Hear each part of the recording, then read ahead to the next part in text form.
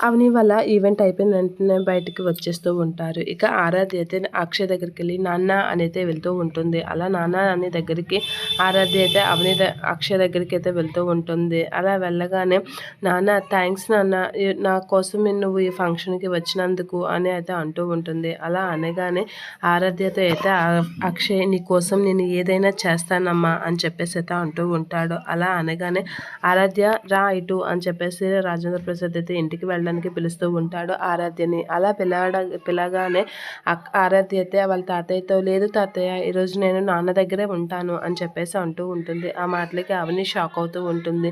ఏంటి ఆరాధ్య అలా అనుకుంటుంది అనేది అనుకుంటూ ఉంటుంది. ఇక అవని కాసి అయితే రాజేంద్ర ప్రసాద్ అలా చూస్తూ ఉంటాడు. సరే ఆరాధ్య అని చెప్పేసి అక్షయ్ అయితే అలా చూస్తూ ఉండిపోతాడు ఆరాధ్య మాటలకి. ఇక ఆరాధ్యని ఎత్తుకొని థ్యాంక్స్ అమ్మా అని చెప్పేసి ఆరాధ్యని అయితే ఎత్తుకుంటూ ఉంటాడు అక్షయ్. ఇక అదంతా చూసి పల్లవి అయితే అవనితో మాట్లాడుతూ ఉంటుంది. ఇక ఆరాధ్యని అయితే చాలా దినిగా అక్షయ్ అయితే ఎత్తుకునేసరికి ఆరాధ్య కూడా చాలా హ్యాపీగా ఫీల్ అవుతూ ఉంటుంది. అలా పల్లవి అయితే అవనితో నువ్వు నీ కూతురి మీద ఆశలు తగ్గించుకుంటే మంచిది అనేది అంటూ ఉంటుంది. ఆ మాటలకి అవని అయితే పల్లవి వైపు అలా చూస్తూ ఉంటుంది.